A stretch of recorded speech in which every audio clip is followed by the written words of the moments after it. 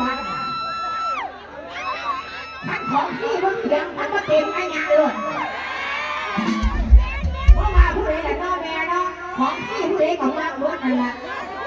เพราะว่าก็ชอบของป้าน่ะไม่ได้ว่ากันหรอกบอกใครบางวันไปอยากสิบอกว่าพี่น้องที่อยู่นี่นี่ทั้งเกษตรถีก็เนี่ยเขาเงินวัดใส่เงินเนี่ยมันเกิดประโยชน์อันไหนมีความสุขเป็นประโยชน์พี่น้องมันก็ซื้อเลขกับวัดไหนก็ไม่หรอกไปกับชนิดสวัสดีค่ะสิ่งหนึ่งในวันนี้กับลูกแต่ตัดพี่น้องมาน้องสมุนคนสุขสุขภาพคุณไอ้สัญญาคุณทำแบบเกี่ยวจะละเอียดว่าหาพอหาแม่ได้ด้วยนี่นะคะพี่น้องไม่ว่าหลอกหลอกสกัดจำตัวกันออกมาเด้อ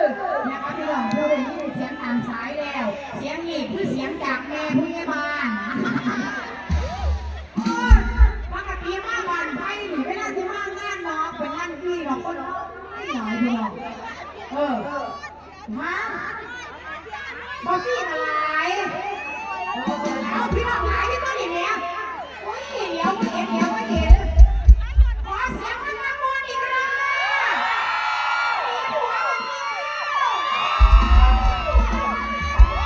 ไม่อยากหัวโซ่เสียงอีกขึ้นไหนก็รู้เลยสิมีเที่ยวหลุดแรงอาสาหนักเลยเป็นเมสซี่สาอีเอาไว้มันเสียโหลดต่อประกาศย้ำกันอีกรอบนึง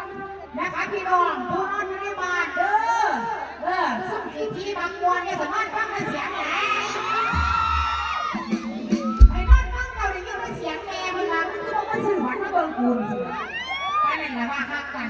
เขาก็เลยถือว่าจังมาลบอีกวันราคาทุนเพราะจีไรเพราะเป็นนักบอลคนนี้เชี่ยวนี่คนทีคือเขา